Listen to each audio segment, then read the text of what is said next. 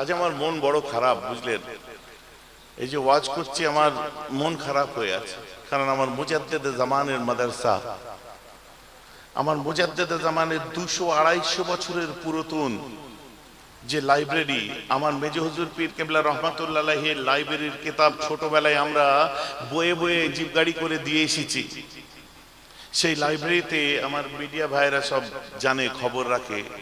সেই লাইব্রেরির কিতাব এখন এক অযোগ্য সুপার এসেছে, 150-200 বছর 250 বছরের পুরাতন নায়াব নুসখা, যেগুলো পুরাতন পুরাতন সব বুখারী, মুসলিম, ফতোয়া আলমগীরি কিতাবগুলো সব পুড়িয়ে দিয়েছে আর বস্তায় বেঁধে পানিতে সব ফেলে দিয়েছে। 13 বস্তা। সহ্য করা যায় বলেন তো?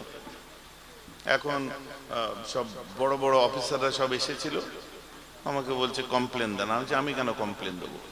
এত বড় যে একটা অফেন্স, এত বড় যে একটা ভুল, একটা হেরিটেজকে নষ্ট করেছে। আপনি দাদা হুজুর বুঝবেন না, মেজো হুজুর বুঝবেন না, দ্যাট ইজ হেরিটেজ। কিতাবগুলো ছিল অ্যান্টিক, সেই কিতাবগুলোকে যে নষ্ট করেছে, পোকায় খেয়েছে, কি খেয়েছে, একটা পাতা থাকলে একটাই তিনি রেখে দিতে পারত। কার পারমিশনে করেছে? কমিটি, ওখানে ম্যানেজিং কমিটি নেই, ওটা ডিডিওর আন্ডারে আছে, আপনারা কেন পারমিশন দিয়েছে? ওটা স্যার আমরা জানি না। তাহলে ও নিজে যদি করে তাহলে নিজে ভুল করেছে কিনা? হ্যাঁ, তো কি অ্যাকশন নেবেন দেখছি, 24 ঘন্টা টাইম দিলাম। ওই মিটিংটা সেরে আসতেই মাগরিব হয়ে গেল। নামাজ পড়ে বেরোতে বেরোতে আরো রুগী ছিল, 2-1 জনকে ছেড়ে দিয়ে আস্তে আস্তে আমার লেট হলো। মনের অবস্থা কিরকম হতে পারে বুঝতে পারছেন? আমার রাসূল এক সময় বললেন, বাড়ির মধ্যে প্রবেশ করে হঠাৎ করে আওয়াজ দিলেন, আইনা হাসান, কোথায় হাসান, কোথায় আছো? বলছে, নানু আমি এখানে আছি। আমার রাসূলের পরনে থাকতো কালো কম্বল, চাদর। আমার রাসূল বলেন, মেরে চাদরকে নিচে आओ। হুসাইন কাহা है? আইনা হুসাইন? না না আমি হাজির আছি। বলে, আমার চাদরের নিচে আসো। আইনা ফাতিমা? कहाँ है फातिमा? लब्बैक या अबाती या रसूल अल्लाह। আব্বু, এ আল্লাহ রাসূল, আমি এখানে হাজির আছি, তুমি আমার চাদরের নিচে এসো। আইনা আলী ইবনে আবি তালিব? कहाँ है আলী? আলী কোথায়? আমার রাসূলুল্লাহ বলছেন, বলছে, قال لبيك يا رسول الله, হুজুর আমিও এখানে হাজির আছি, আমার চাদরকে নিচে आओ। চাদরের মধ্যে কতজন গেলেন? কজন? 4 জন। আর আগে থেকে একজন ছিলেন, তিনি কে? রাসূলুল্লাহ। তো চাদরের মধ্যে কটা দেহ? 5টা। দেহকে কি বলা হয়? তন। देह बोला है तन। तो तन कितने हुए? 5 हुए, तब से ये 5 तन हुए। बोलो न सुभान अल्लाह। सहज बुझे গেছেন তো নাকি? পাক পাঞ্জাতন বলি, ফাতেমা পাক, আলী পাক, হাসান পাক, হুসাইন পাক, আমার রাসূল পাক। আমার রাসূল চাদর সরিয়ে দিয়ে বলছে, ইয়া আল্লাহ, হাউলাই আহলে বাইতি। আল্লাহ, এরা আমার আহলে বাইত, যারা এদেরকে ভালোবাসবে তুমি তাদেরকে ভালোবাসো, যারা এদের থেকে দূরে চলে যাবে তুমি তাদের থেকে দূরে চলে যাও। দ্যাটস ওয়াই আমরা তাদেরকে ভালোবাসি, যাতে আল্লাহ আমাদেরকে ভালোবাসে। বুঝা যাচ্ছে? এবার আসুন, আমার রাসূল বলছেন, আন্না নবী আলাইহিস সালাতু ওয়াস সালাম قال ان الحسن والحسين سيد الشباب من اهل الجنه। আমার 2 নওয়াসা, আমার 2 নাতি জান্নাতের সমস্ত জওয়ান যুবকদের আমির, সরদার, আমার সমস্ত জওয়ান যুবকদের নেতা আমার ওই 2 নাতি হবে। এখন মুরব্বীরা বলবেন, তাহলে আমাদের কে হবে? মুরব্বীদেরকে বলি, আমরা যখন জান্নাতে যাব, কিতাব অনুযায়ী আমাদের বয়স তখন ওই বার্ধক্যর বয়স থাকবে না, আমাদের 22 বছরের যুবক হয়ে যাব। আর যত বুড়ি আছে, বয়স্ক আম্মা বোনেরা আছেন, ওনাদের বয়স 18 বছরের বিয়ে হয়ে যাবে সব। তো তাদের সরদারা কে? তাদের সরদারা হচ্ছে আন্না ফাতিমা তো সাইয়্যিদাতুন নিসাওয়াত মিন আহলিল জান্নাহ। আমার বেটি ফাতেমা জান্নাতে তাদের সঙ্গী হবে। একটা কনসেপ্ট ক্লিয়ার করে নিন যে এদেরকে ভালোবাসতেই হবে, আমাদের কোনো উপায় নেই, এখানে কোনো কম্প্রোমাইজ নেই, কথা শেষ, গল্প শেষ। আর ভালোবাসার রূপ রেখা রং কেউ কোনোদিন দেখাতে পারে না, পারবে না। এটা মনের ব্যাপার, মনের ব্যাপার, আর মনের ব্যাপার আল্লাহর হাতে। কখন কান্না পাবে, কখন হাসি পাবে, কখন, মনের ব্যাপার আল্লাহর হাতে, এখানে আপনার এখতিয়ার নেই। তো এই যে রাসূলুল্লাহর ঘরের মানুষগুলোর কথা বললাম, এদেরকেই নির্দয় নির্মম ভাবে সহ আরো ৭২ জনকে কারবালার ময়দানেতে নির্দয় নির্মম ভাবে হত্যা করে দিয়েছিল। ইমামে হুসাইন যুদ্ধ করতে যাননি, যুদ্ধ করতে কে আপনার কি বলে 5 বছরের মেয়ে সাকিনা, হযরতে সাকিনা, হযরতে ইমাম হুসাইনের ছোট মেয়ে হযরতে সাকিনাকে কে সাথে নিয়ে যায়?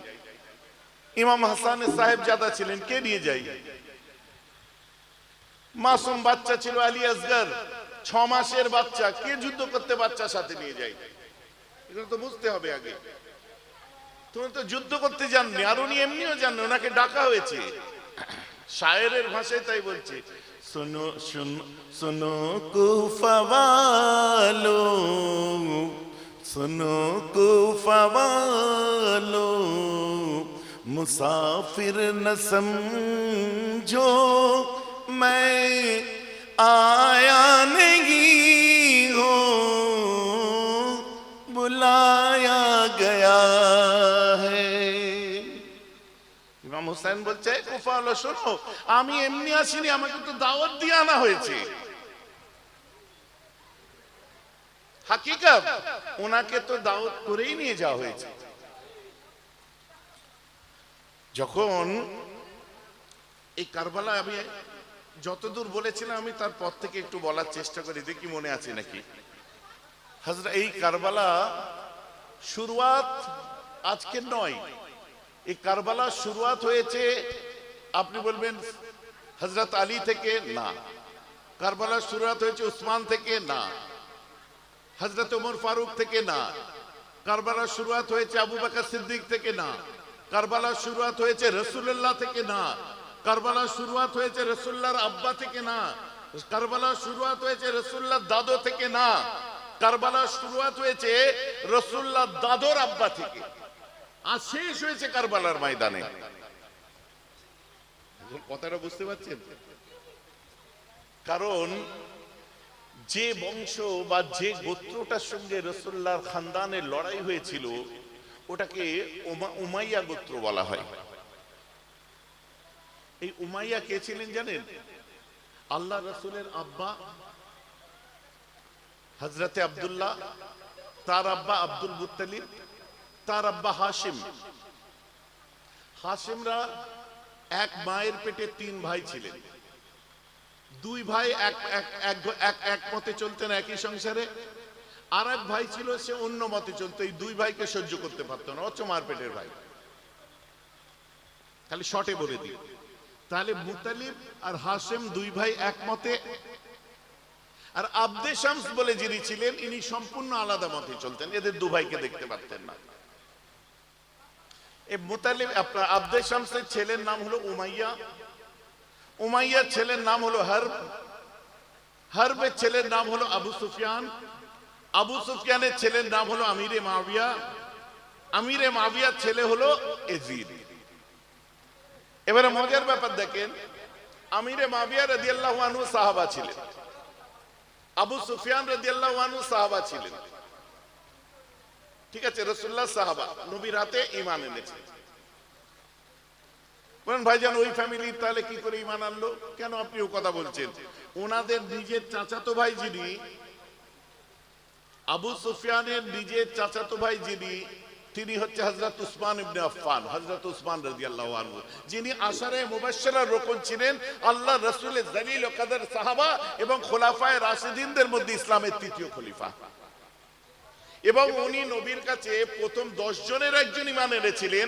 উনি ঈমান আনার জন্য ওনার পরিবারের মানুষের কাছে, এই উমাইয়াদের কাছে ওনাকে মার খেতে হয়েছে, এত মেরেছে যে গাধা ছালে জড়িয়ে রোদে ফেলে রাখা হতো ওনাকে। কাকে? হযরত উসমান রাদিয়াল্লাহু আনহুকে। কেন? তুই কিসের জন্য মুহাম্মাদের কাছে যে কলমা পড়লি আগে বল। দোষটা হচ্ছে এটা কি? কেন? তুই তো ধনী লোক, তুই তো বড় ফ্যামিলির ছেলে, তোর কোনো কমি নেই, তুই উমাইয়াদের ছেলে হয়ে হাশেমীদের মধ্যে গেলি কেন? রাসূল পাক হাশেমী ছিলেন। হাশেম, তার ছেলে আব্দুল মুত্তালিব, তার ছেলে আব্দুল্লাহ, তার ছেলে আমার রাসূলুল্লাহ। তো আমার নবী হচ্ছে হাশেমী খানদানে জন্মেছিলেন, হাশেমী গোত্রে জন্মেছিলেন। আর উসমান রাদিয়াল্লাহু আনহু উমাইয়াদের মধ্যে জন্ম নিয়েছিলেন। আমিরে মাবিয়া রাদিয়াল্লাহু আনহু উমাইয়াদের মধ্যে জন্মেছিলেন। হযরতে আবু সুফিয়ান রাদিয়াল্লাহু আনহু উমাইয়াদের মধ্যে জন্মেছিলেন। ভাইজান কথা বুঝতে পারছেন তো নাকি? তাহলে গন্ডগোলটা কবে? ওই কারবালার মাঠে গন্ডগোল না, গন্ডগোল নবীজির জন্মের আগে। ভাইজান ব্রেন হ্যাং হচ্ছে না তো? বুঝে যাচ্ছে তো? এবারে বলবেন একটুখানি ভিতরে ঢুকুন। আমি ভিতরে ঢুকছি, অসুবিধা হবে কারো? বৃষ্টি বাইরে হচ্ছে, এখানে অসুবিধা হচ্ছে নাকি? তাহলে ভিতরে ঢোকা যায় তো নাকি? আমাকে নিয়ে এসেছেন কিসের জন্য? যে শুধু আপনার ওই টান টন দিয়ে ওই যে আর পাঁচজন মৌলানা এসে যা গল্প মানে সাজিয়ে সুজিয়ে বলে দিল, আপনারা কেঁদে ফেললেন, এ করলেন, ইমোশনাল হয়ে গেলেন, ওই জন্য নিয়ে এসছেন? যে আপনারা দেখছেন যে ভদ্র সম্ভ্রান্ত এলাকা, জাতি ধর্ম নির্বিশেষে বসবাস, আমাদের জাতা মানুষ নিয়ে আসলে হবে না, তাই জন্য এই অধমকে নিয়ে এসেছেন, তাই তো নাকি গো? কারণ আমরা যে ঐতিহ্য নিয়ে বাস করি, আগে শুনে দিন, আজকে নতুন নতুন রং ঢঙের ধর্ম করছে, দেখতে পাচ্ছেন না? এখন নতুন নতুন আমাদের সামনে এনে ধর্ম চিনানো হচ্ছে। কিন্তু আমরা তো বিবেকানন্দর বাংলার মানুষ, আমরা রামকৃষ্ণ পরমহংসদেবের বাংলার মানুষ, আমাদের এই বাংলায় গৌরাঙ্গ মহাপ্রভুর আদর্শ মেনে চলে সেই বাংলার মানুষ, এই বাংলায় আমরা মুজাদ্দেদে জামানকে ভালোবেসে চলি এই বাংলার মানুষ, যে বাংলায় আপনার আমার বাড়ি থেকেই লক্ষ্য করুন কিছু দূরেই সারদা মায়ের আতুর ঘর, ওখান থেকে আরেকটু দূরে যাবেন রাজবল্লভী মন্দির, আর এখন চলছে শ্রাবণী মেলা, বাবা Taraknath, Bandel church, Catholic church দেখুন, আর ওখানেই মুজাদ্দেদে জামান দাদা হুজুর। কথা বুঝতে পারছেন? এখনই নতুন করে এইসব পলিটিক্যাল ব্যবসায়ীরা এসে হিন্দু মুসলমান চিনাচ্ছে আমাদেরকে। আরে আমরা নিজেদের পরিপূরক হিসেবে ছোট থেকে এত বড় হয়েছি। আমি ফুরফুরায় বসে পিরিবুনিদি করছি, আমার বন্ধু অভিজিৎ ব্যানার্জি, এখন অভিজিৎ নাথ হয়েছে, তারাপীঠে প্রত্যেক মঙ্গলবার শশারে বসে সে সেখানে পিরিবুনিদি করছে। তো ঐতিহ্য আপনি আমায় ভুলিয়ে দেবেন? এখন রাজনৈতিক ব্যবসায়ীরা এসেছে, বিভিন্ন কথাবার্তা যেগুলো আমাদের খুব পীড়া দেয়, জানেন, এমন এমন কথাবার্তা বলে দেয়, খুব পীড়া দেয়। তাই আমি বলি যে ধর্ম ধার্মিক এবং ধর্মতত্ত্ববিদের কাছে আমাদের ধর্ম শেখা দরকার। ধর্ম আমাদেরকে রাজনীতিবিদের কাছে শিখলে ধর্মের নামে অধর্ম হবে, তাতে কি হবে? পরিবেশ অশান্ত হবে, মনের স্নিগ্ধতা আমরা কোথাও আর খুঁজে পাবো না। তাই আমি বলি, আমার বাড়িতেও আছে পলিটিশিয়ান, আমার বাড়িতেও আছে, আমার বাড়িতে এমএলএ আছে, আমার আর একটা ভাই আবার নতুন লিডার হয়েছে। কথাটা বুঝতে পারছেন না? তবে আপনাদেরকে আমি একটা কথা বলি, ফুরফুরাকে ভালোবাসতে গেলে আপনার টিএমসিও হতে হবে না, সিপিএমও হতে হবে না, কংগ্রেসও হতে হবে না, আইএসএফ হতে হবে না।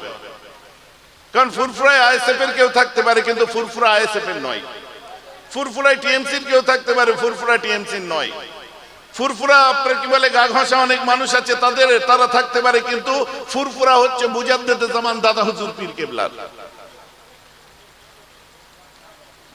আর ফুরফুরার পীরের আওলাদদেরকে আমাদেরকে ভালোবাসতে গেলে কেউ যদি দুনিয়ার নেতা নিজের পলিটিক্সের জন্য চিৎকার করে, আমরা চিৎকার করি বঙ্গপুত্র আবু বকর সিদ্দিক রহমতুল্লাহ আলাইহি দাদা হুজুরের জন্য, যিনি বাংলা তথা পূর্ব ভারতে শুধু মুসলমান নয়, জাতি ধর্ম নির্বিশেষে মানুষের হিত কল্যাণের জন্য নিজের শ্রম দিয়ে গেছে, আজও ইতিহাস সাক্ষ্য দিচ্ছে। বোঝা যাচ্ছে তো আমার কথাটা কি?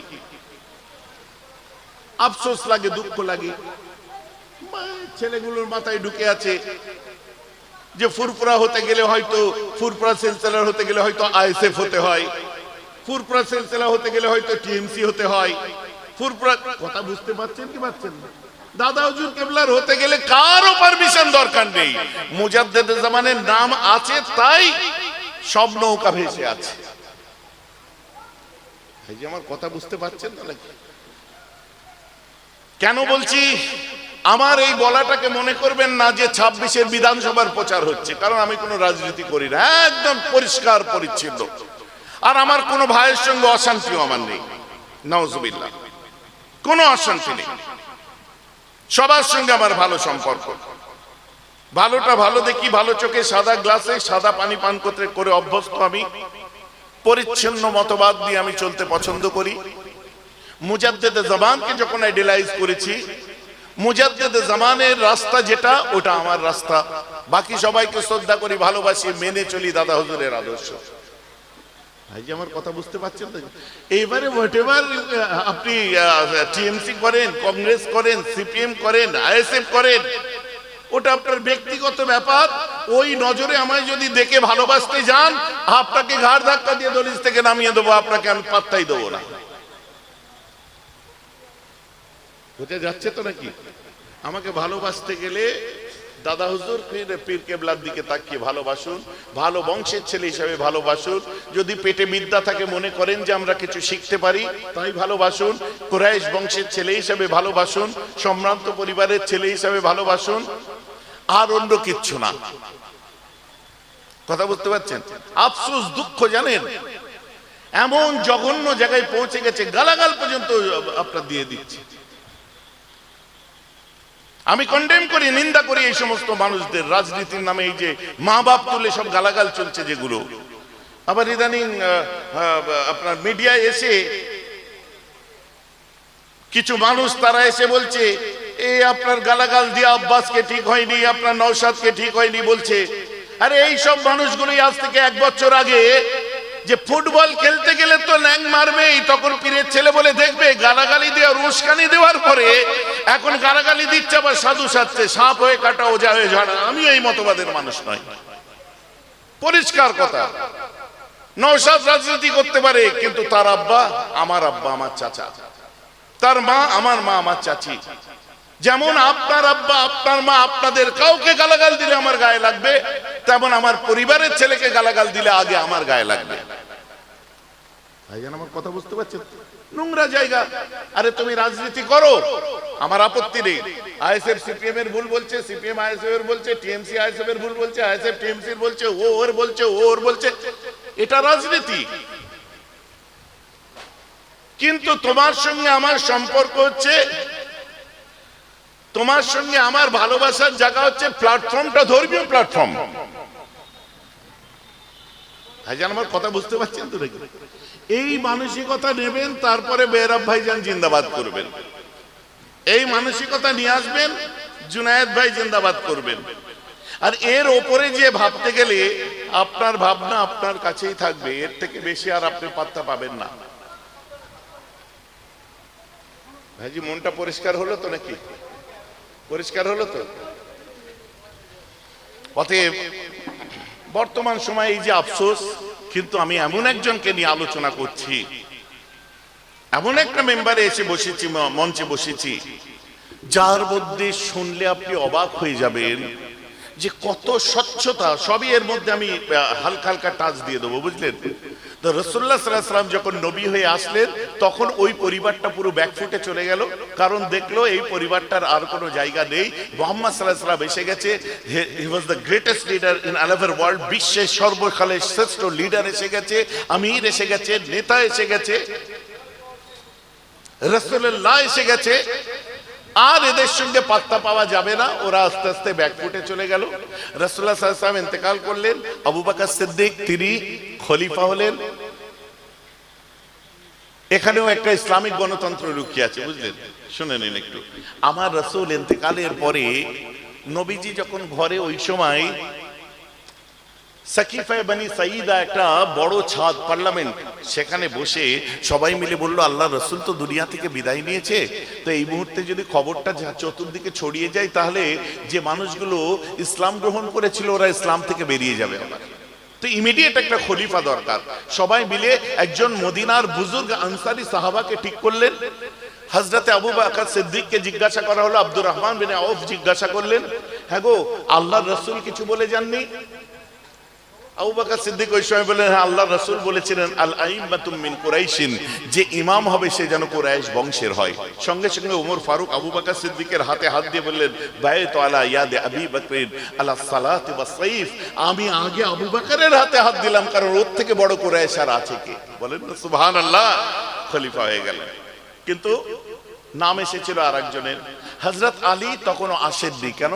আল্লাহ রাসূলের ইন্তেকালের 6 মাস পরে এসে হযরত আলী বায়াত হয়েছিলেন, এবং যেদিন আবু বকর সিদ্দিকের হাতে হাত দেবেন ঠিক তার আগের দিন আম্মা ফাতেমা ইন্তেকাল করেছিলেন। এই একটা বদনাম যে আম্মা ফাতেমা বেঁচে থাকা অবস্থায় আলী আবু বকরের হাতে হাত দেয়নি, আসলে আলীর হক মেরেছে আবু বকর। বলুন নাউজুবিল্লাহ। এটা কারা বলে? একটা সম্প্রদায় আছে যারা আবু বকর সিদ্দিককে সহ্য করতে পারে না, আম্মা আয়েশাকেও সম্মান দেয় না। আমরা তাদের মধ্যে নয়। হযরত আলী আসলেন, আসার পরে আবু বকর সিদ্দিকের হাতে হাত দিয়ে বায়াত হলেন আর ঝরঝর করে কাঁদলেন। সমস্ত সাহাবারা কাঁদছে। রাসূল ইন্তেকালের পর প্রথম দেখা হচ্ছে। হযরত আলীকে জিজ্ঞাসা করা হলো, আলী, বায়াত তো হলে, আবু বকর সিদ্দিক খলিফা হয়েছে, তোমার মতামত কি? তখন হযরত আলী বলেছিলেন, এ খলিফা আমি ঠিক করিনি আর আপনি করেননি, এ খলিফা রাসূলুল্লাহ ঠিক করে দিয়ে গেছে। বলুন না সুবহানাল্লাহ। বলছে কেন বলছেন এ কথা? বলছে কেন বলবো না। ভাই ওমর, আপনি কি বলে যাচ্ছেন আল্লাহ রাসূল যখন মসজিদে কুবা মদিনা শরীফে গেছেন, যারা জাননে আল্লাহ সামনে বারেই নিয়ে যাক, সকলে বলুন ইনশাআল্লাহ। উমরা করে আসেন না, বেশি খরচা নেই, লাখ টাকা, লাখ লাখ, 1 লাখ 1 লাখ 10-15 হাজার টাকা খরচা, ও টুকটুক করে জমালে হয়ে যাবে। বুঝতে পারছেন না?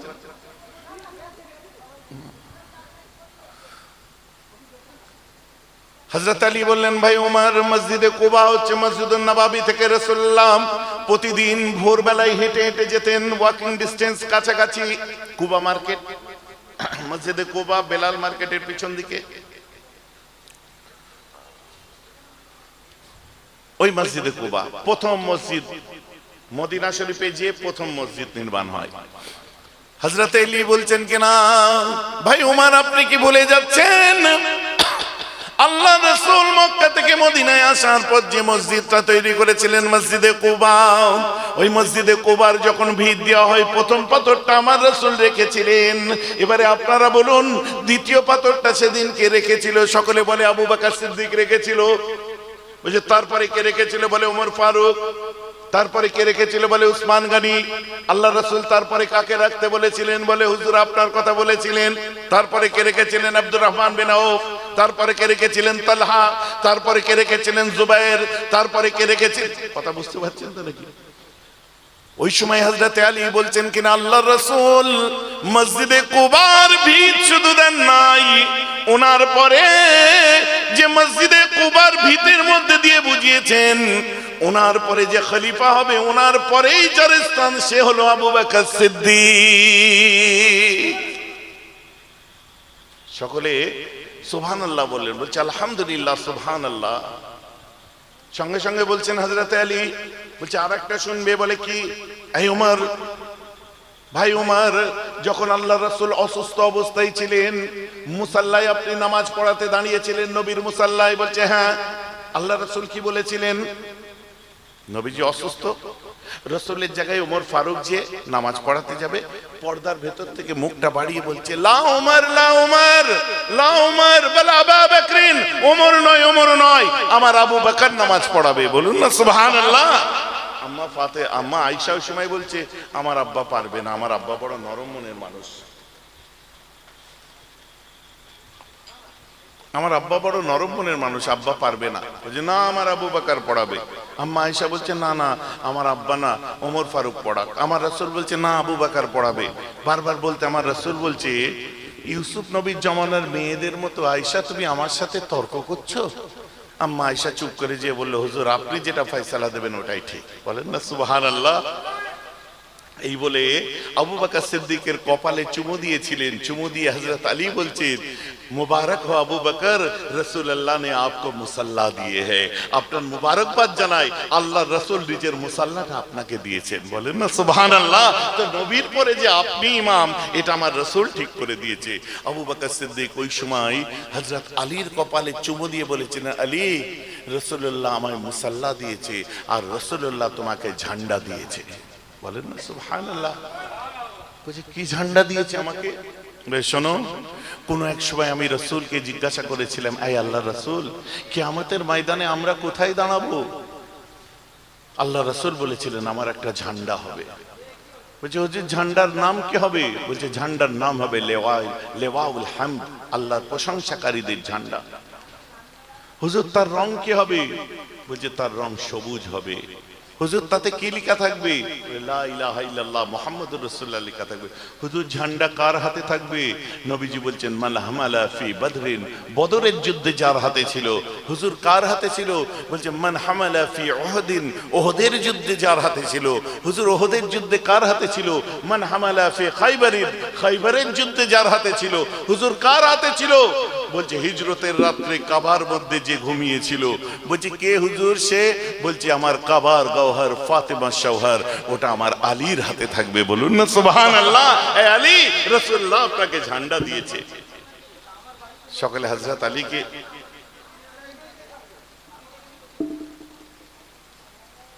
চুপ করো গো ভাইজান, আমার কথা বুঝতে পারছেন তো নাকি? আজ আমার মন বড় খারাপ, বুঝলেন? এই যে তাতে বাকায়দা আমার দাদুর নামে, দাদু নিজের হাতে সিগনেচার করছে, আহকার আবু জাফর গফর লাহু। আমার কাছে ফটো তুলে রাখা আছে, সেগুলো সব কলিজা ফেটে যাবে, বুঝলেন? আমরা বলেছি সব অযোগ্য সুপার টুপার আমাদের এখানে আমরা চাই না। এইসব ভাবে এইসব কিতাবগুলো সব দেখতে পাচ্ছেন, এসব পানিতে ফেলে দিয়েছে। কোরআন শরীফ, হাদিস শরীফ বাথরুমের চেম্বারের নিচে ভাসছে। সহ্য করা যাবে? আমরা যদি না থাকতাম সেখানে বড় কঠিন অবস্থা হয়ে যেত। ওই যে ঢুকেছে, যখন আমার দেশের সাফিয়া কুরাইশিরা, ভূমিকা সিংরা মার্কাজে আহলে হাদিস পাকিস্তানের মার্কাজ উড়াচ্ছে, আর তাদেরই সঙ্গে গোপনে মিটিং করা সেই মানুষগুলো এসেই বাগের ঘরে ঘোগের বাসা করে বসে আছে আহলে হাদিস। কথাটা বুঝতে পারছেন তো নাকি? তাই মন মেজাজ খারাপ, তারপরেও আপনারা মুখের দিকে তাকিয়ে আছেন, এত মানুষ তাই আলোচনা করছে।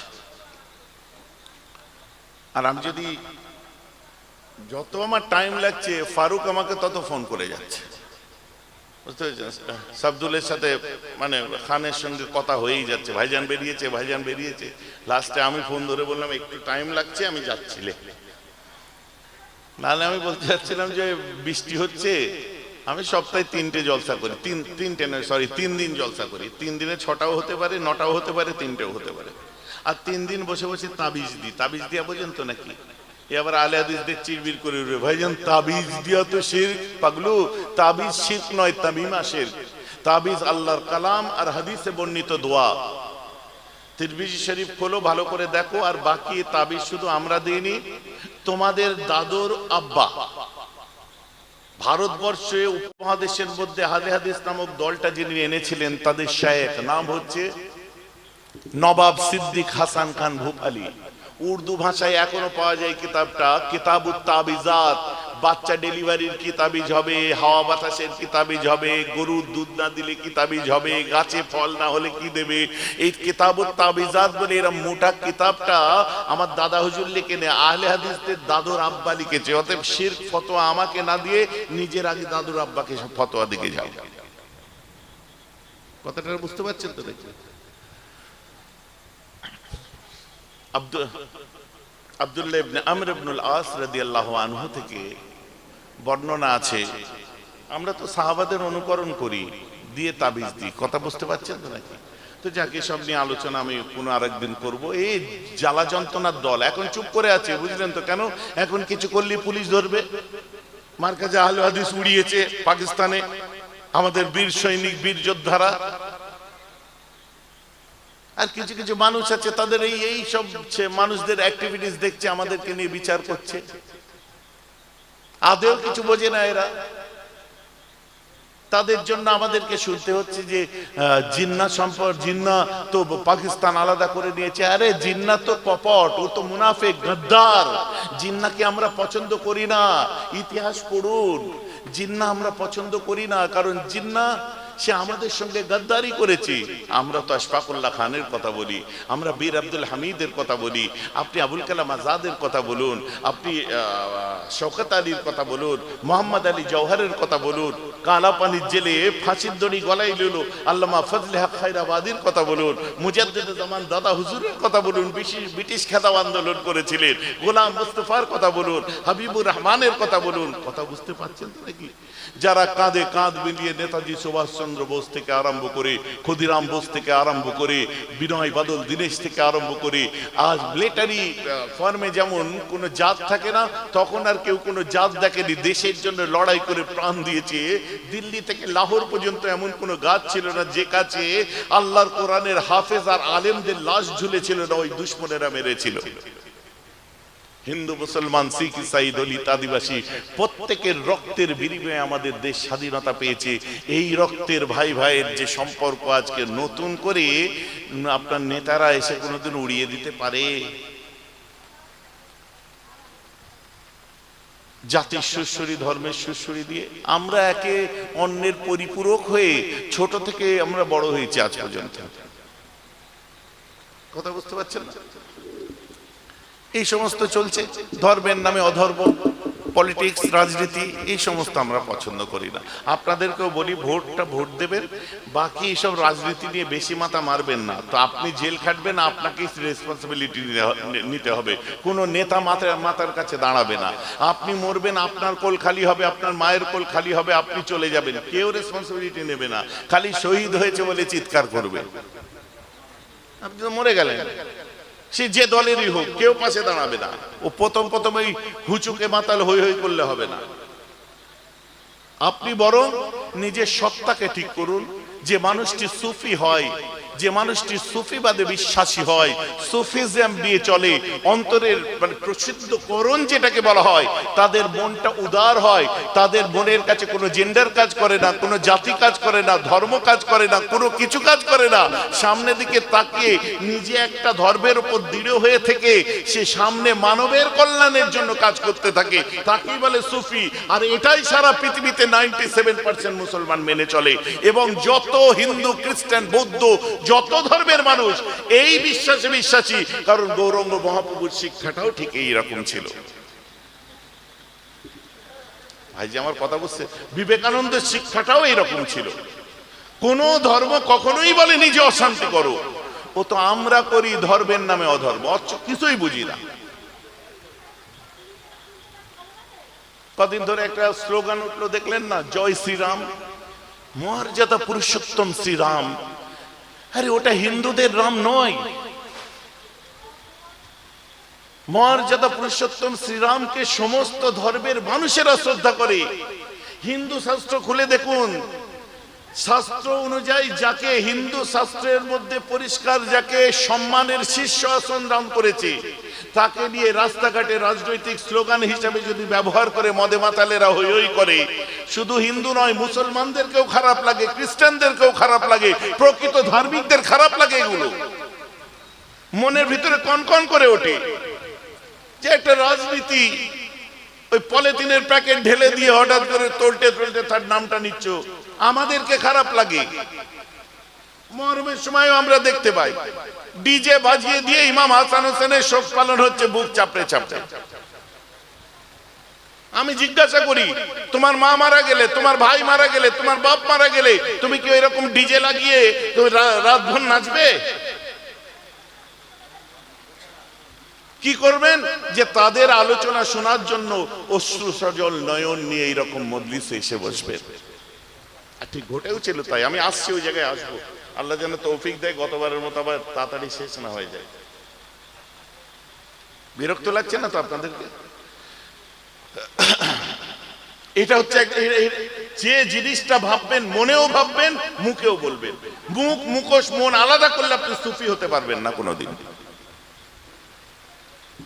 আপনি মুখে এক কথা বলবেন আর মনের মধ্যে ঘৃণা আর মুখে মধু নিয়ে ঘুরবেন, আপনি সুফি হতে পারেন না।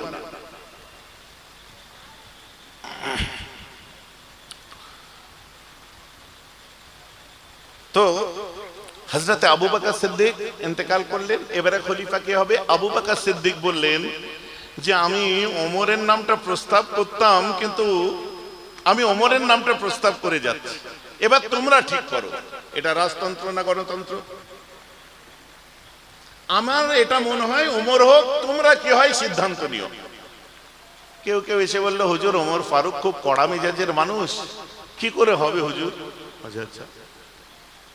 আবু বকর সিদ্দিক বললেন দেখো গাছে ফল হলে গাছ নুয়ে যায় একটু, অতএব মাথায় যত লোড পড়বে উনি তত নরম হয়ে যাবে। বলেন না সুবহানাল্লাহ? বাহ, দারুণ জিনিস তো। আর সত্যি তাই। নেতা কাকে বলে, লিডার কাকে বলে? হযরতে ওমর ইবনুল খাত্তাব রাদিয়াল্লাহু আনহু খুতবা দিচ্ছেন, আর পাশে নিচে যারা খুতবা শুনছে, ওয়াজ করছেন, খুতবা মানে খেতাব করছেন, ওয়াজ করছে, নিচে ওয়াজ শুনছে। একজন বলল এ খলিফাতুল মুসলিমিন, আমি আপনার খুতবা শুনবো না। বলে কেন? বলছে গতদিনে বাইতুল মাল থেকে এই মসজিদে দাঁড়িয়ে কাপড় বন্টন হয়েছে, প্রত্যেকের কাপড় ছোট, আর আপনার কাপড়টা পায়ের হাঁটুর নিচে পর্যন্ত এত লম্বা জব্বা, আপনি কাপড় বেশি নিলেন কেন? আপনার বক্তব্য আমি শুনবো না। লাও, তোমার এখানে যে নেতা আসবে তুমি তাকে বলো আপনি অত দামি গাড়িতে কেন এসেছেন? আমার নেই। আপনি এত সুন্দর চশমা পরেছেন কেন? আমার নেই। আপনি রোলেক্সের ঘড়ি পরেছেন কেন? আমার নেই। আপনি লেভিটের জুতো পরেছেন কেন? আমার হাওয়ায় স্যান্ডেল। বুঝতে পারছেন না? বলতে পারবেন? পারবেন না। সে যে দলের নেতা হোক, সিপিএম, কংগ্রেস, আইএসএফ, টিএমসি, সব, নো পার্সিয়ালিটি। কি হবে আপনি বলতে পারবেন? পারবেন না। ওমর ফারুক রাদিয়াল্লাহু আনহুকে যখন এই কথাটা বলা হলো, ওমর ফারুক রাদিয়াল্লাহু আনহু ঝরঝর করে কাঁদছেন, ভেঙে পড়লেন, দিয়ে নিজের ছেলে আব্দুল্লাহ ইবনে উমরের দিকে তাকালেন। আব্দুল্লাহ ইবনে উমরকে বলছেন আব্দুল্লাহ বলো, তুমি বলো। ওমর ফারুকের ছেলে যখন দাঁড়িয়েছে দেখে একটা জীর্ণ ছেঁড়া কাপড়। কার ছেলে? অর্ধ পৃথিবীর যিনি শাসক,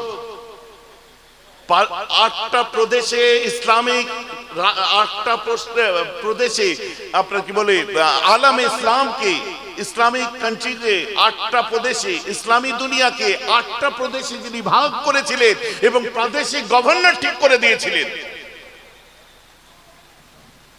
তার ছেলে উঠে দাঁড়িয়েছে ছেঁড়া কাপড়, বারবারি গেঞ্জি, আরমানি স্যুট, গুচির প্যান্ট। কথা আমার বুঝতে পারছেন না? পায়ে আপনার কি বলে এলভির, লুই ভুটন জুতো না, ছেঁড়া কাপড়ে দাঁড়িয়ে আছে খলিফাতুল মুসলিমিনের ছেলে, অর্ধ পৃথিবীর শাসক দাঁড়িয়েছে। সবাই তাকিয়েছে, চোখ দিয়ে ঝরঝর করে পানি পড়ছে, চিল্লে বলছেন আমার আব্বার দোষ আপনারা দেবেন না। আমার আব্বাও আপনাদের মতো অতটাই কাপড় দিয়েছে, যতটা আপনারা কাপড় পেয়েছেন আমার আব্বা অতটাই দিয়েছে। আমি আমার আব্বাকে বললাম আপনি খেতাব করবেন, দেশ বিদেশের মানুষ আপনাকে দেখবে, বিভিন্ন মিটিং এ আপনি যে বসেন, আমার ভাগের কাপড়টাও আব্বা আপনি নিয়ে একটা বড় পাঞ্জাবি সেলাই করে নিন। তাই আমার আব্বা নিজের নয়, আমার ভাগটাও আমার আব্বাকে দিয়েছি, অতএব আমার আব্বা তোমাদের মতোই কাপড় পেয়েছে। বলুন না সুবহানাল্লাহ।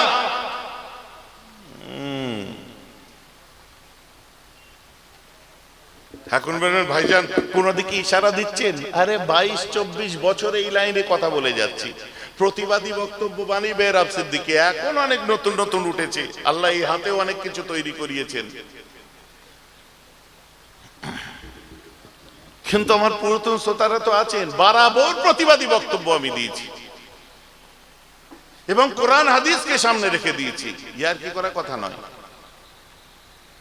এখন কোন নেতার দেখুন তো ছুটি কাটাতে কোথায় যাই, আমি তুমি চলে যাই ইকো পার্কে, আমাদের জন্য ইকো পার্ক তৈরি হয়ে গেছে, আর তাদের জন্য মন্দারমণির বড় রিসর্ট, কি উইকেন্ডে ওখানে যেতে হবে, তাদের জন্য ওই আপনার ওই দূরে কোন একটা জায়গায় একটু বেশি লম্বা ছুটি পেয়েছে, প্লেনের টিকিট বুক, কোথায় স্ট্যাটাস দিয়ে দিল জাস্ট ফ্লাই ফর সুইজারল্যান্ড। বাপ রে বাপ। আর তুমি বললে আবার বলছে। এমন মুসলমানকে খেয়াল করে শুনে রেখে দিন, আম্মা আয়েশাকে জিজ্ঞাসা করা হয়েছিল আমার রাসূলের ঘরোয়া জিন্দেগিটা আমার বলুন, একটা বলেন। আমার রাসূল বলেছিলেন, আম্মা আয়েশা বলেছিলেন, আমার স্বামী বাড়িতে থাকলে নিজের হাতে কাপড় সেলাই করেন, জুতো সেলাই করেন, নিজে ঝাড়ুদারের কাজ করেন।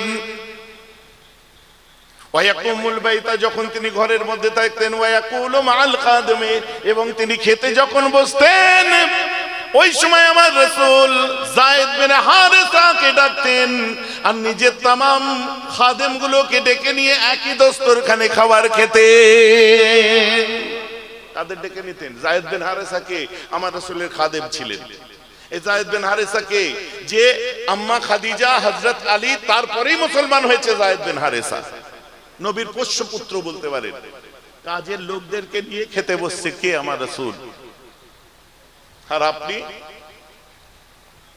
চলে গেলেন নোভোটেলে, চলে গেলেন কি বলে ওইসব হোটেলগুলো, আইটিসি তে চলে গেলেন, জেডব্লিউ তে চলে গেলেন, তাজে চলে গেলেন, ওভারে গ্র্যান্ড স্ট্যাটাস দিয়ে দিলেন। আপনি কি জানেন আপনি ওখানে বসে জমিয়ে খাচ্ছেন ঠান্ডা, গরম, নরম, হালকা, স্ট্রং কিছু? বুঝতে পারছেন? বুঝতে পারছেন না? সফট ড্রিঙ্ক, হার্ড ড্রিঙ্ক, মালগো, মাল বোঝেন না? বিলিতি মাল। গরিবের বাচ্চা ড্রাইভার গাড়িতে পাশে ফুটপাতে দাঁড়িয়ে বিড়ি টেনে টেনে ওর কলজে কানা হয়ে যাচ্ছে। একবার খোঁজ পর্যন্ত নেয় ড্রাইভারটা খেয়েছে। বললেন মেয়েরা ভাই বলছে, যেই নেতা হোক, যেই লিডার হোক, এটাই তো আমার মজা, যে নিউট্রাল থাকো, ওপর থেকে মারো বোম, যার ঘাড়ে লাগে লাগো, আমার কোনো পেছন টান নেই।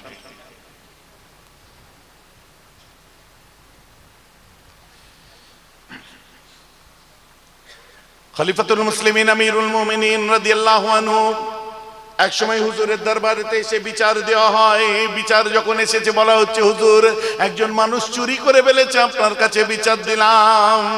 ওমর ফারুক রাদিয়াল্লাহু আনহু বললেন, কই চোরকে নিয়ে আসো। চোরকে নিয়ে আসা হলো। চোরকে সামনে যখন দাঁড় করানো হয়, ওমর ফারুক ঝরঝর করে কাঁদছেন, বলছেন যাও, কালকে ফজরের পরে বিচার হবে। কারো জিনিস না বলে নিলে চুরি হয়। সবাই চলে যাওয়ার পরে জড়িয়ে ধরেছে চোরকে, বলছে ভাই আমরা রাসূলের সাহাবা, একসঙ্গে নবীর সোহবতে বসেছি, আপনি চুরি করে ফেললেন। আহা, রাসূলের সোহবতে আমরা বসেছি। ঝরঝর করে কাঁদছে, ওমর ফারুককে জড়িয়ে ধরে বলছে, ভাই ওমর, আমি চুরি করার উদ্দেশ্য আমার নয়। আমার বাচ্চাগুলো যখন খিদেতে চিৎকার করছিল, আমি ওদের ধর্ম বুঝাতে পারছিলাম না। আমার মা যখন না খেয়ে মারা যাচ্ছিল, ওকে আমি কি চুরি বুঝাবো, ধর্ম কি বুঝাবো? ও তো খালি পেটে মরে যাবে আর কিছুক্ষণ পরে। আমার পাশের বাড়িতে কিছু খাবার ছিল, তারাও গরিব, কিন্তু চাইলে দিত না। আমি একটু ওর মধ্যে থেকে নিয়ে বাচ্চাগুলোর মুখে দেবো বলে আমি রাতের অন্ধকারে ঢুকেছিলাম। আর আমি যখনই কোনো জিনিসে হাত দিই, তখনই আমার ভেতরে একটা ইন্ডিকেট করে, ভেতরে মেটাল ডিটেক্টরের মতো বাজতে আরম্ভ করে দেয় যে এই রাসূলুল্লাহ সাহাবা, তুই চুরি করছিস। আল্লাহর ভয়ে কাঁপতে কাঁপতে আমার হাত থেকে মালটা পড়ে যায়। আবার একটা জিনিস ছুঁই, আল্লাহর ভয়ে কাঁপতে কাঁপতে আমার মালটা পড়ে যায়। আবার একটা জিনিসে হাত দিই, আল্লাহর ভয়ে কাঁপতে কাঁপতে আমার জিনিসটা পড়ে যায়। ওদের ঘুম ভেঙে গেছে, আমায় ধরে ফেলেছে। যান, কাল সকালে আসবে। কোথায় বাড়ি? বলছে এই কিছুটা পাশেই, মানে ওমর ফারুকের বাড়ি থেকে কিছু দূরে। বিচার শোনালেন হযরত ওমর ফারুক। সুর টানে বললে অনেক টাইম লেগে যাবে। বিচার দিলেন, বিচার শোনালেন। শোনো, এখন বাদী বিবাদী দুই পক্ষের আমি সওয়াল শুনে নিয়েছি, দুই পক্ষের বয়ান নিয়ে নিয়েছি। এখন আমি ফয়সালায় আসছি। চোর যে চুরি করেছে তার হাত কেটে নাও বলে ওমর ফারুক বলছে, চোরের নামটা শুনে নাও, চোর হচ্ছে ওমর ইবনুল খাত্তাব, নাও আমার দুটো হাত কেটে নাও। আরে বলুন না সুবহানাল্লাহ। এখন যদি কোনো নেতা পাম খেয়ে যায়, আমার কিছু করার আছে? দোষটা কোথায়? বলছে যে আমার প্রতিবেশী আমার পাশে বাস করে, আমি খলিফাতুল মুসলিমিন, আল্লাহর বাইতুল মালে মাল আছে, কিন্তু সেই মাল না পেয়ে আমার প্রতিবেশী না খেয়ে লোকের বাড়ি চুরি করবে, দোষটা ওর নয়, আমি পৌঁছাতে পারিনি, দোষটা হচ্ছে আমার। আমি একবারও বলবো না চাল চুরি হচ্ছে, একবারও বললে বললাম তো কি হয়েছে? ইন্দিরা আবাসের ঘর এদিক ওদিক হচ্ছে, বললাম ঘরের পিছনে আপনার 10,000 টাকা করে এক্সট্রা গুছতে হচ্ছে, বললাম আমার কোনো পলিটিক্যাল দায়বদ্ধতা নেই। দিদিমণি দেবে, সরকার দেবে, এলাকার লিডার ঝাড়বে, আপনার এলাকার বলছি না, যদি ঝাড়ে তো তাকেও বললাম। কথাটা আমার বুঝতে পারছেন? সেও খুব ভালোভাবে আমাকে জানে যে কোন জায়গায় কি বলতে হয় না বলতে। যদি লিডার হয় তো আমাকে চেনে ভালো করে। ভাইজান আমার কথা বুঝতে পারছেন তো নাকি? এবারে যারা ভালো মানুষ আছে, খারাপ মানুষ আছে, ভালো লিডার আছে, খারাপ লিডার আছে, এবারে সে যে দলেই থাক, সে আইএসএফ এ থাকলে থাকলো, সিপিএম এ থাকলে থাকলো, কংগ্রেসে, টিএমসি তে, বললাম তো আমার কোনো পলিটিক্যাল দায়বদ্ধতা নেই। এমন কাজ হলে তার প্রতিবাদ, আপনি যেমন করেন আপনার ভাই মেহরাবও তেমন করে। নেতৃত্ব শিকার না, আমরা ওমর ফারুক পড়া মানুষ। হযরত ওমর ইবনুল খাত্তাবকে মার্ডার করে দেওয়া হলো কি জানেন? একজন নামাজি নয়, মুসলমানই নয়, বুঝলেন তো। ওমর ফারুকের পিছনে ফজর বেলায় এসে দাঁড়ালেন, দাঁড়াবার পরে ছোট্ট খঞ্জর বার করে শটে বলে দিচ্ছে, হ্যাঁ আবু লুলু নাম, যে মেরেছিল তার নাম আবু লুলু। খঞ্জরটা বার করে ওমর ফারুকের পিছনে একদম 1 2 3 4 5 6 বার করে ওয়ার করে দিয়েছে। 6টা ওয়ার করেছে। লুটিয়ে পড়লেন মেম্বারে। আব্দুর রহমান বিন আউফ এগিয়ে গেলেন, নামাজ ছাড়লেন না। আব্দুর রহমান বিন আউফ আগিয়ে গিয়ে, ওর বাবা গো মা গো মেরে দিয়েছে গো, ধর গো, না না না, পিন ড্রপ সাইলেন্ট, দেখছে রক্ত বয়ে যাচ্ছে। আব্দুর রহমান বিন আউফ আগিয়ে গেলেন, নামাজ কমপ্লিট করলেন। বলুন না সুবহানাল্লাহ। ওমর ফারুক নামাজের পরে আব্দুল্লাহ ছেলেকে ডেকে বলছে, আব্দুল্লাহ যাও আম্মার কাছে চলে যাও, আম্মা আয়েশার কাছে যে বলো, আর বলবে যে আমাকে ওমর পাঠিয়েছে, রাসূলুল্লাহর যে ঘর ওটা আম্মা আয়েশার ঘর, ওখানে রাসূলুল্লাহর পাশে সিদ্দিক আকবর শুয়ে আছে, তার পাশে যেন আমার একটা জায়গা হয়। বুঝতে পারছেন? আর শোনো, লাম তাকুল আমিরুল মুমিনিন, খবরদার বলবেন আমাকে আমিরুল মুমিনিন পাঠিয়েছে, একদম না। তুমি বলবে বল ক্বালা উমর, শুধু উমর পাঠিয়েছে বলবে, কারণ ওটা রাসূলুল্লাহর স্ত্রী। আমার ডেজিগনেশন সেখানে দিলে, আমার এই আমিরুল মুমিনিন বললে আমার বিয়াদবি হয়ে যাবে। বলেন না সুবহানাল্লাহ। আদব কাকে বলে? হযরত আব্দুল্লাহ গেছে, আম্মা, মাঝি, মাগো, আমি আব্দুল্লাহ এসেছি, ওমরের ছেলে। আম্মা আয়েশা বলছে, হ্যাঁ কি হয়েছে বাবা? পর্দার ভেতর থেকে, কি হয়েছে বাবা? বলছে আমার আব্বাকে ছুরি মেরে দিয়েছে, 6টা ওয়ার করেছে, মেম্বারে লুটিয়ে পড়েছে, এতক্ষণ পর্যন্ত বোধহয় আর দুনিয়ায় নেই। এটা আম্মার কাছে গেছে, ওদিকে ওমর ফারুক যেটা বলার ওই অবস্থায় বলছেন, আমি আসছি সেখানেও, ঠিক আছে? আম্মাকে বলছে, তো কেন এসছো বাবা? বলছে আম্মা এসেছিলাম, আমার আব্বার ইচ্ছা যে রাসূলুল্লাহর পাশে যে জায়গা আছে আবু বকর সিদ্দিকের পাশে, ওই জায়গাটায় আমার আব্বা একটু শুতে চাই হুজুর। আপনার ঘর, আপনি যদি ইজাজত দেন আব্বা শুতে পারে, আপনি ইজাজত না দিলে ওমর ফারুক আমার আব্বা বলেছে আমাকে আম কবরস্থান জান্নাতুল বাকিতে দাফন করে দিও।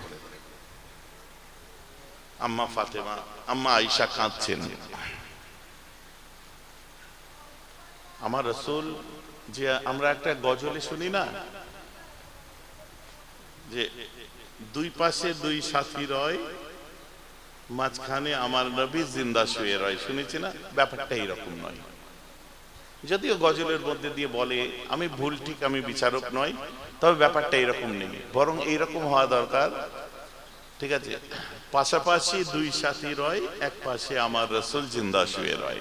কিরকম? আঙুলটা লক্ষ্য করুন, আমার বাড়ি 2 আঙুল, এই যে আঙুলটা দেখেছেন, রাসূলুল্লাহ, আবু বকর সিদ্দিক, ওমর ফারুক। সুবহানাল্লাহ বলেন।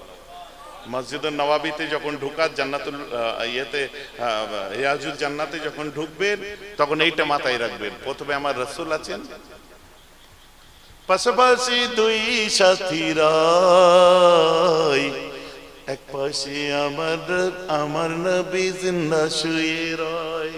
এই যে পাশাপাশি দুই সাথী, তার একটু পাশে আমার রাসূল, একটু গ্যাপ দিয়ে, ঠিক এইরকম। বোঝা গেছে তো নাকি? নবীজি, আবু বকর সিদ্দিক, ওমর ফারুক। আর তা নাহলে কি হবে? যদি বলেন মধ্যখানে আমার রাসূল, তাহলে আবু বকর সিদ্দিকের পেছন আমার রাসূলের দিকে হচ্ছে, বুঝতে পারছেন না? আবু বকর সিদ্দিকের পিছনটা আমার রাসূলের দিকে হচ্ছে, অন্যদিকে মুখটা ফিরে যাচ্ছে। আর সিদ্দিক আকবর এটা করতে পারবেন না, এই আর একটা ওয়াকিয়া এসে যাবে, সে আমার পরে বলে দেবো সময় হলে। আম্মা আয়েশা ওই সময় বলেছিলেন, এই আব্দুল্লাহ, আমার বড় ইচ্ছা ছিল যে পাশে আব্বার পাশে যে জায়গাটা আছে ওই জায়গাটায় আমি আয়েশা শোব, কিন্তু তোমার আব্বার আমি শান, আমি রাসূলুল্লাহর কাছে যা শুনেছি আমি ওই জায়গাটা তোমার আব্বাকে দিয়ে দিলাম, কারণ এক রাত্রিতে আমি রাসূলের সঙ্গে একটা সুন্দর মহাব্বতের সময় পার করছিলাম। আমার কোলে আমার জান, দিন দুনিয়ার বাদশা আমার রাসূল আমার কোলে মাথা দিয়ে এক সময় শুয়েছিলেন। আসমানেতে তারকা ভর্তি তারকার ফুল ফুটে গেছিল। আমি আল্লাহ রাসূলকে জিজ্ঞাসা করলাম, হাল ইয়াকুন আহাদুম মিনাল হাসানাতি আদাদা নুজুমিস সামাই, হে আল্লাহর রাসূল, আসমানে কত তারা দেখুন, আকাশ ভরে গেছে তারকায়।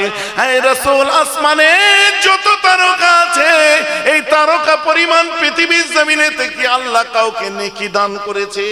আমার রাসূল কোনো চিন্তা না করে এক কথাই বলেছিলেন, ক্বালা উমারা, আমার নবী বলেন, এত আসমান ভর্তি তারা পরিমাণ যদি কারো নেকি থাকে ওটা তোমার আব্বা ওমরের নামায় আমলে আছে। এই শান শোনার পরে আমি কি করে তোমায় না বলি বলো তো? যাও, আমি হুকুম দিয়ে দিলাম। পরে এই হাদিসটা আর একটু লম্বা আছে। আম্মা আয়েশা, মেয়ে তো আব্বার কথা জিজ্ঞেস করবেই, আম্মা আয়েশা জিজ্ঞাসা করছে, হুজুর, ওমর ফারুকের যদি অত নেকি হয় তাহলে আমার আব্বা আবু বকরের কত নেকি? তো নবীজি বলেছিলেন, ওমর ফারুকের আকাশ ভর্তি তারকা পরিমাণ নেকি তোমার আব্বার একটা নেকি সমতুল্য। বলেন সুবহানাল্লাহ, জোরে বলেন সুবহানাল্লাহ। একটা নেকি পরে শোনাবো। তো যেটা বলছিলাম, এদিকে ওমর ফারুক রাদিয়াল্লাহু আনহু মসজিদে লুটিয়ে যে বলছে, শোনো, আমার সময় চলে এসেছে, আমি আল্লাহর কাছে এক্ষুনি দেখা দেবো, আমার পরে খলিফা তোমরা উসমানকে যেন করতে যেও না, কারণ উসমান হচ্ছে উমাইয়া পরিবারের মানুষ, আর উসমান রাদিয়াল্লাহু আনহুকে আমার রাসূল বলছেন সাদা দিলের মানুষ, বড় নরম নাজুক লজ্জাটে মানুষ, মুখের উপরে কাউকে কিছু বলতে পারে না। অতএব উসমান গনিকে খলিফা যেন করো না, এটা আমার মত।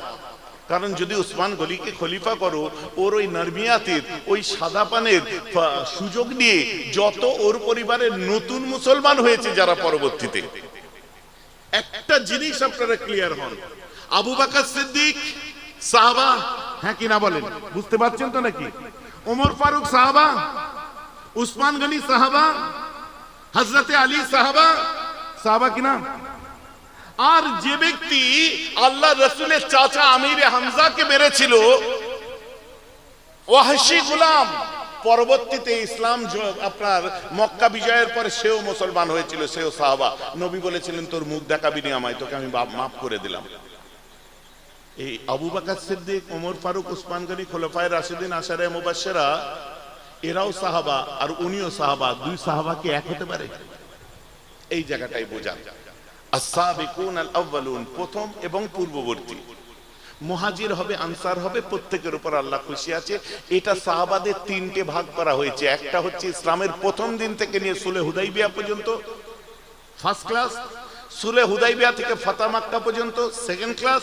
মক্কা বিজয়ের পরে আর কোনো উপায় নেই, মুসলমান হয়ে যেতে হবে। সব মুসলমান হয়েছিলেন, ওনারা তুলাকা সাহাবা, সাধারণ ক্ষমা প্রার্থী।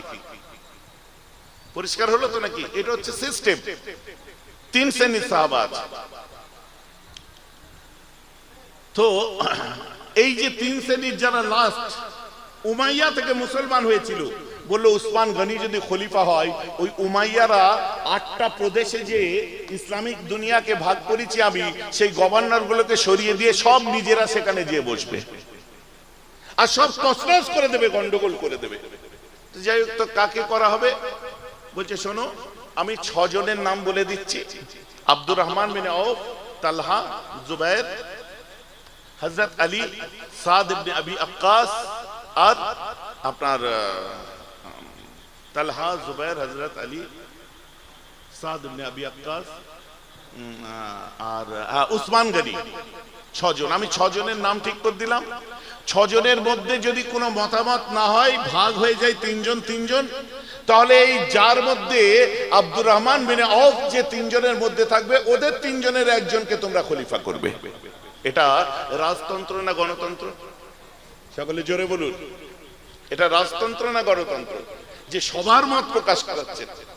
তো ওমর ফারুক ইন্তেকালের পরে সবাই মিলে এক কথাই বললো আলী হবে। আলী আর উসমান গনি। শোনেন, আব্দুর রহমান বিন আউফ নমিনেশন তুলে দিলেন, আমি হব না, হাত তুলে দিলেন।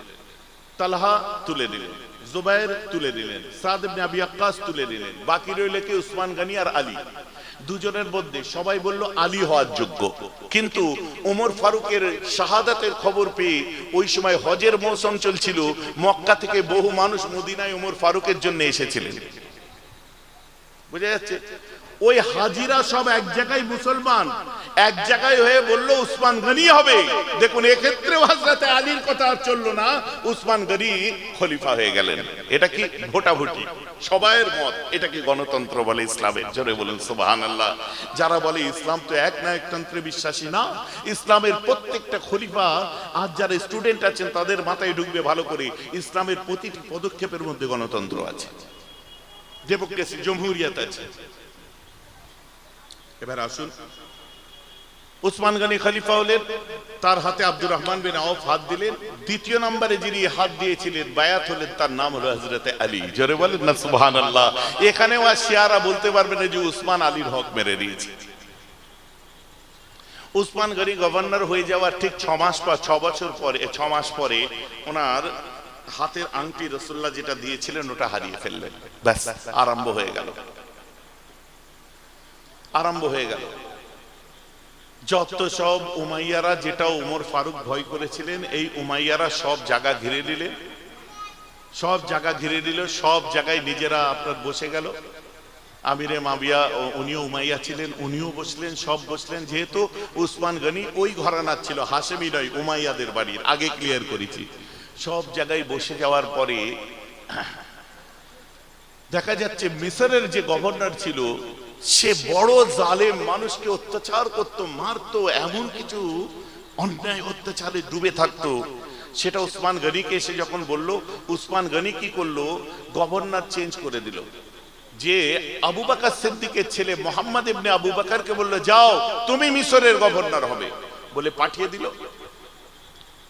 পাঠিয়ে দেওয়ার পরে এনারা ঠিক মিশর পৌঁছাবে, দেখছে একটা কালো গোলাম একটা ঘোড়ায় করে স্পিডে যাচ্ছে। কি ব্যাপার?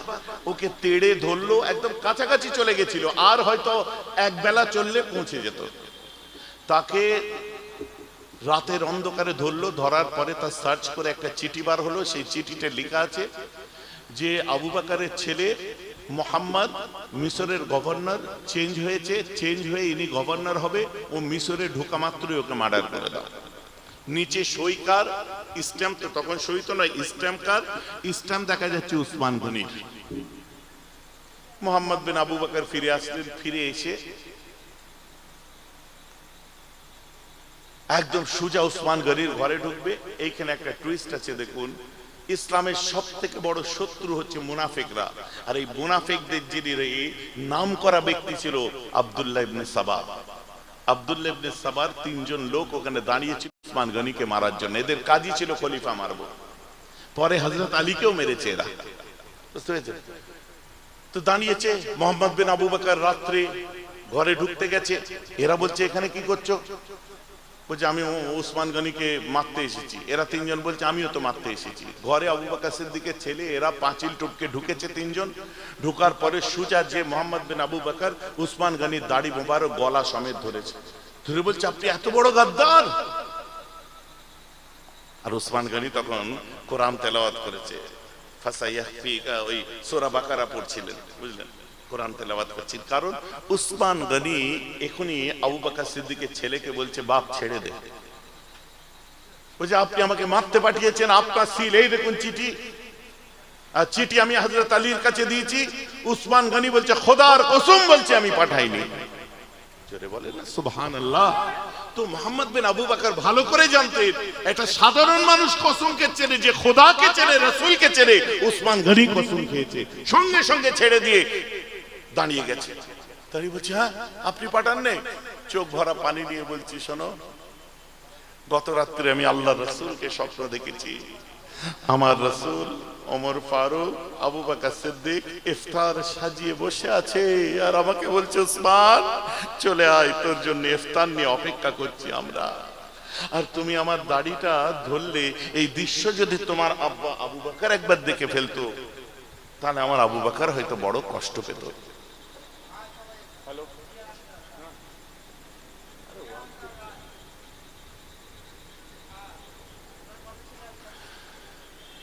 আবু বকর বড় কষ্ট পেত।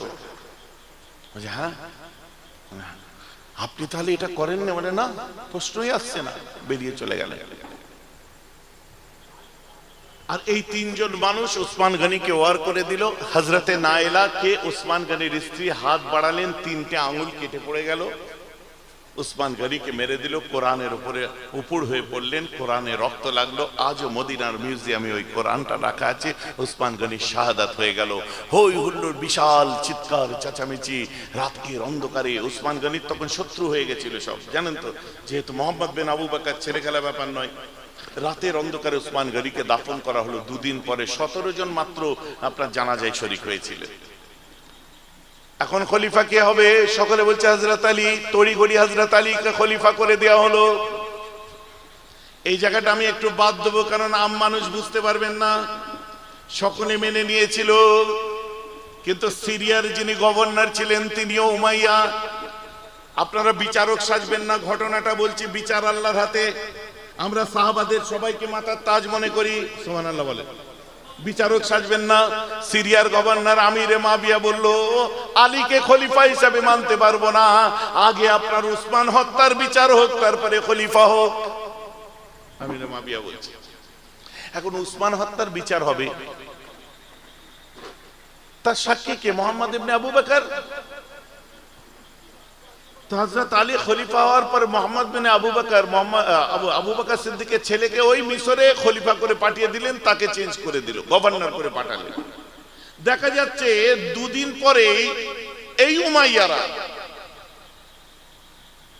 2 দিন পরে তাকে মারধর করে, এখানে আরেকটু আছে আমি চেপে গেলাম, যে গাধা ছালের মধ্যে জড়িয়ে আগুন দিয়ে পুড়িয়ে মেরে দিল। কাকে? আহারে, আমাদের সিদ্দিক আকবরের সাহেবজাদাকে, আমাদের পূর্বপুরুষ ছিলেন। বলেন না সুবহানাল্লাহ। দুনিয়া থেকে চলে গেলেন, মুজাদ্দিদে জামানের পূর্বপুরুষ তিনি ছিলেন। বলেন সুবহানাল্লাহ। এখন আমার কাছে কথা হচ্ছে, উসমান হত্যার বিচারের জন্য যদি প্রকৃতপক্ষে আলীকে না মানা হতো, তাহলে উসমানকে কে মেরেছিল তার সাক্ষী তো মুহাম্মদ বিন আবু বকর, তাকে মেরে দেওয়া হলো কেন? উনার কি দোষ ছিল? এইখানে ইসলামিক রাজনীতি লুকিয়ে আছে। সব জায়গায় সব মেনে নিল। সিরিয়ার গভর্নর, শাম দেশের যিনি আমিরে মাবিয়া, তিনি একা ওখানকার খলিফা হয়ে রইলেন, হযরতে আলীকে মানতে পারলেন না। এখানে বিচারক সাজবেন না, ঘটনাটা হচ্ছে এটাই। তারপরে একদিন হযরতে আলী রাদিয়াল্লাহু আনহুকে মেরে দেওয়া হলো। ভোরবেলায় ফজরের ওয়াক্তে নামাজ নামাজ সালাত সালাত বলে আওয়াজ দিয়ে দিয়ে আসছে। মসজিদের পিছনে লুকিয়ে ছিল ওই সাবাই, আব্দুল্লাহ ইবনে সাবার লোক, হঠাৎ খঞ্জর বার করে পিছন দিক থেকে হযরত আলীকে মেরে দিল। আলী শাহাদাত হয়ে গেল। এখন একছত্র খলিফা হয়ে গেল আমিরে মাবিয়া। আমিরে মাবিয়া রাদিয়াল্লাহু আনহুর শেষ দিকটা ঠিক এমন ছিল, আমিরে মাবিয়ার শেষ দিকটা ঠিক এমন ছিল যে উনি এবারে চতুর্দিকে বায়াত নিতে আরম্ভ করলেন, কি আমার পরে তোমরা খলিফা হিসেবে আমার ছেলেকে মেনে নেবে, বায়াত নাও, বায়াত আমাকে অঙ্গীকারবদ্ধ হও। ওনার জায়গায় ওনার ছেলেকে বসাতে চাইলেন। দীর্ঘদিন ধরে খেলাফত চালাবার পরে আমিরে মাবিয়া দুনিয়া থেকে বিদায় দিল। খলিফা কে হবে? এজিদ খলিফা হবে, যেহেতু উনি বায়াত দিয়েছিলেন। তো তারা আমিরে মাবিয়ার কাছে যারা বায়াত দিয়েছিল যে আমরা এজিদকে মেনে নেব, আমিরে মাবিয়া দুনিয়া থেকে বিদায় নেওয়ার পর রাদিয়াল্লাহু আনহু ইন্তেকালের পরে তারা আবার সব পাল্টি মেরেছে যে না, উনি চলে গেছে, এজিদকে আমরা মেনে নিতে পারবো না, আমাদের হুসাইন চাই। তো ওই সময় একটা অকথ্য অত্যাচার চলছিল, সব জায়গার মানুষ এজিদকে মেনে নিয়েছিল, কিন্তু মক্কা মদিনা মানে নেই, যার জন্য মদিনা আক্রমণ হয়েছিল। হযরতে ইমাম হুসাইন মদিনা থেকে হযরতে জুবাইর, হযরতে তালহা পরিবার সহ তারা সব মক্কায় পালিয়ে গেছিলেন। মদিনা আক্রমণ করে দিয়েছিল। মদিনার মসজিদেতে এইসব মানে শুনলে তো মাথা গরম হয়ে যাবে আপনাদের। ঘোড়া, উট, বকরি বাঁধা হয়েছিল মসজিদুন নববীতে।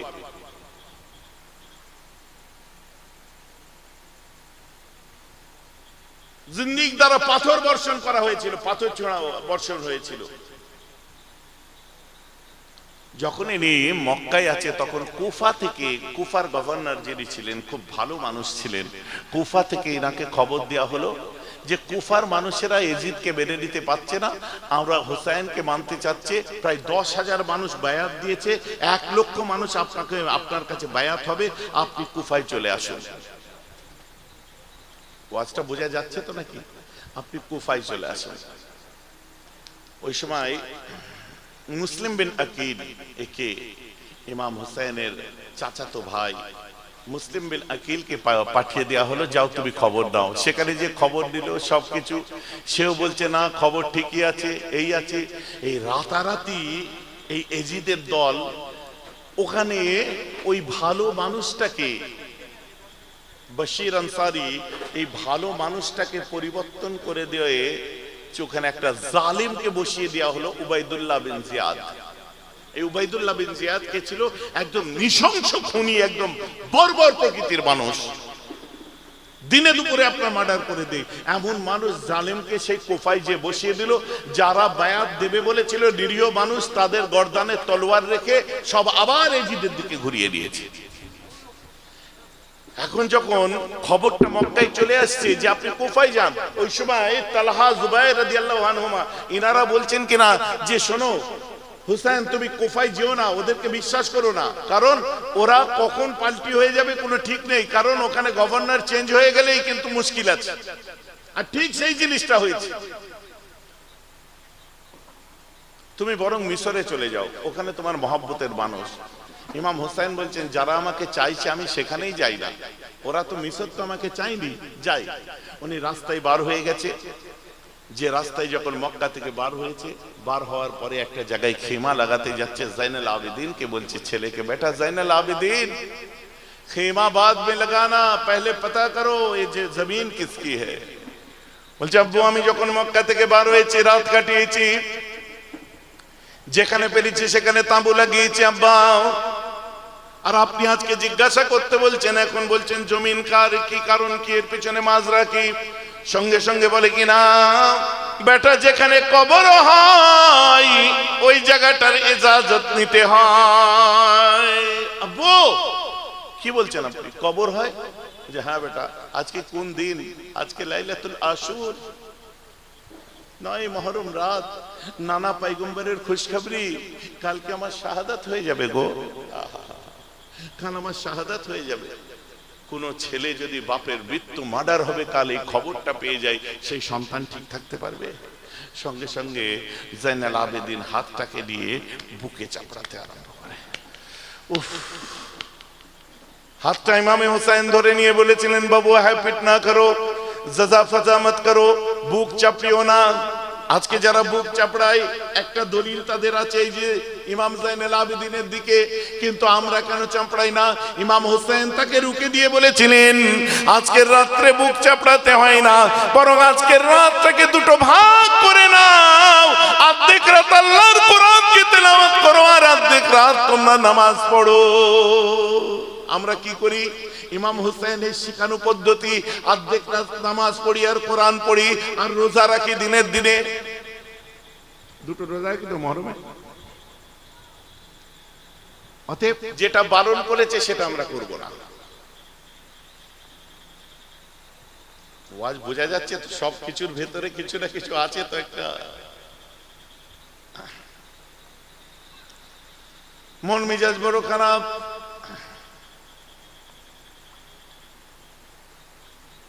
যে যখন যে কারবালায় যে যখন খেমা লাগিয়ে দিয়েছে, তো ইমাম হুসাইন দাওয়াত অনুযায়ী ঠিক এগোচ্ছিলেন।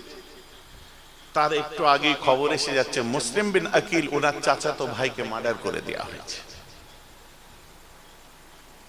ওনার চাচাতো ভাইকে মেরে দিয়েছে। সকলে বললো ফিরে যাব, সবাই বলছে না আমরা ফিরবো না। আবার কেউ বলছে না ভাই গেছে, কেউ বলছে ওনা মুসলিম বিন আকিলের ছেলেও ছিল, বলছে আমার বাপ গেছে যখন আমরাও যাব সেখানে, দেখবো একবার কি করে। ইমাম হুসাইন বলছে পিঠ দেখানো আমি নানার কাছে শিখিনি, আমি সামনে এগিয়ে যাব। বলেন সুবহানাল্লাহ।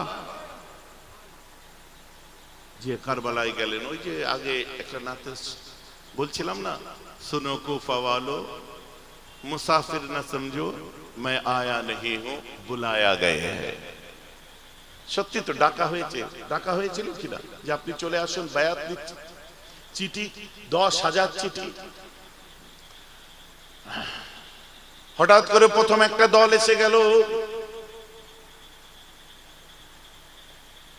ইমাম হুসাইনের সামনে এসে রুকে দিয়ে বললেন হুসাইন তুমি বায়াত গ্রহণ করো, তুমি বায়াত গ্রহণ করে নাও, ইয়াজিদকে নেতা বলে মেনে নাও, তা না হলে তোমাকে এখান থেকে নিয়ে যাওয়া যাবে না। উবাইদুল্লাহ বিন জিয়াদ আরো 4000 সোলজার পাঠিয়ে দিল। পাঠিয়ে দেওয়ার পরে যার মধ্যে জালিম আমর ছিল, শিমার ছিল, হুরমুলা ছিল।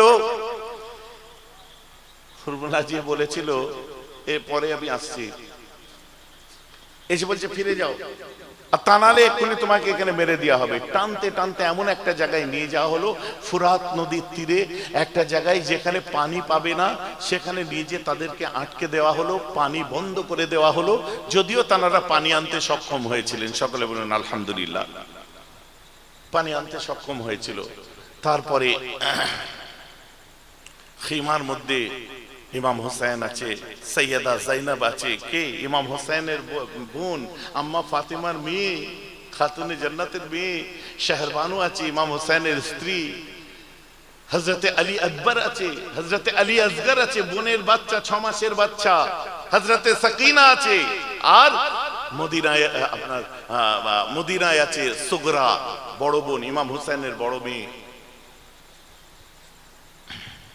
জাইনুল আবেদিনের মনটা খারাপ। পরবর্তীতে শোনা যাচ্ছে হযরতে জাইনাব বর্ণনা করে চোখটা সন্ধ্যার সময় একটু লেগে গেছে, সন্ধ্যার সময় চোখটা লেগে গেছে, ইমাম হুসাইনের চোখ লেগে গেছে, আর ওদিকে জালেমের দল চিৎকার করছে। হযরতে সৈয়দা জাইনাব ভাইকে এসে চিৎকার করে বলে ভাইজান উঠে পড়ো, ওরা এসে গেছে। ইমাম হুসাইন উঠে বলছে হ্যাঁ ওরা এসে গেছে, ওরা এসে গেছে, আমিও দেখেছি। বলছে কার কথা বলছো? বলছে ওই জালেমের দল এসে গেছে, উবাইদুল্লাহ বিন জিয়াদের সোলজার গুলো, জালিম গুলো এসে গেছে তোমাকে মারতে। ইমাম হুসাইন বলে আমি স্বপ্ন দেখছিলাম রে বোন, আমি স্বপ্নে আমার নানা জানকে দেখছিলাম, আমার নানা ওমর ফারুক, আবু বকর সিদ্দিক, উসমান গনি, আমার নানা জান চোখ ভরা পানি নিয়ে এসে গেছে। আব্বু ছিল না? ইমাম হুসাইন বলছে আব্বু অনেক পিছনে দাঁড়িয়ে পাগড়ি দিয়ে চোখ মুছছে, আর আমার দিকে করুণ দৃষ্টিতে আব্বা তাকিয়ে আছে। আম্মা ছিল না? আমাকে নানা এসে ইস্তেকবাল করতে এসেছে, আমার নানা, বলুন না সুবহানাল্লাহ।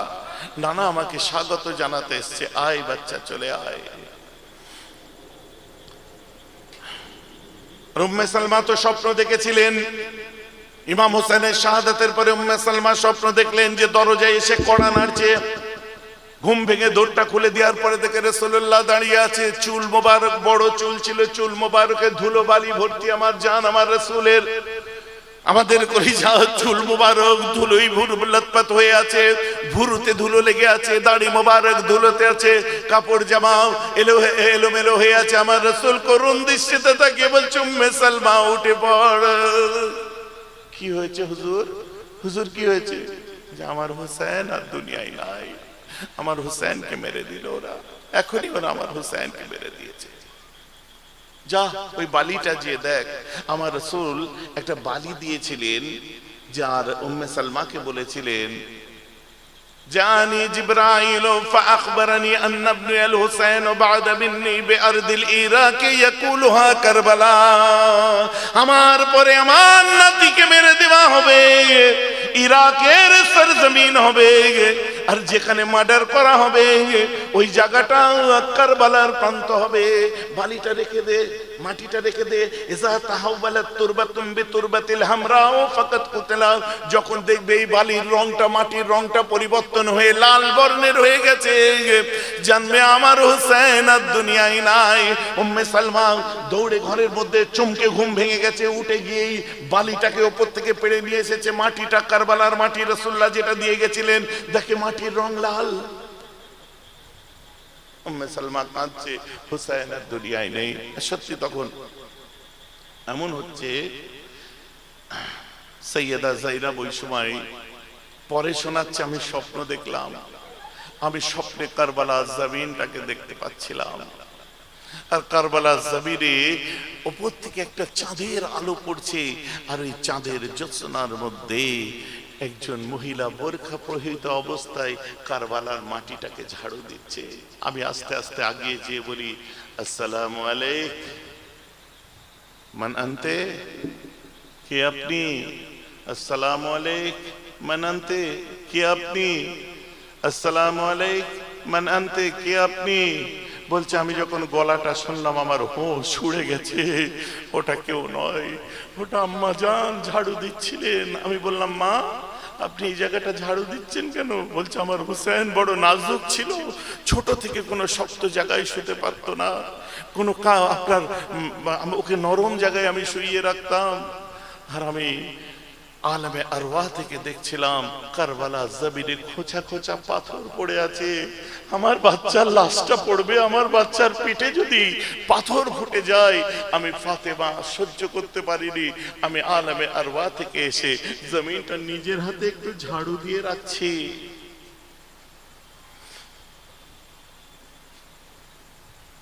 বড় করুণ অবস্থা। ইমামে জাইনুল আবেদিন কোরআন তেলাওয়াত করছে, বাচ্চা মেয়ে মাসুম সাকিনা আব্বাকে এসে বলছে, আব্বু ভাইজান কোরআন পড়ছে, আম্মা জান কোরআন পড়ছে, ফুফি জান কোরআন পড়ছে, সব ভাইজানেরা কোরআন পড়ছে, আব্বু আমাকেও একটু কোরআন শিখিয়ে দিন। ইমাম হোসেন বলছে, বসো মা, কোলে বসে বলছে, পড়ো আউযু বিল্লাহি মিনাশ শাইতানির রাজিম। বাচ্চা পড়লো আউযু বিল্লাহি মিনাশ শাইতানির রাজিম, বিসমিল্লাহির রহমানির রহিম। বাচ্চা বিসমিল্লাহ পড়লো। ইমাম হোসেন আলহামদুলিল্লাহি রাব্বিল আলামিন বলার সাথে সাথে ডুকরে কেঁদে উঠলো।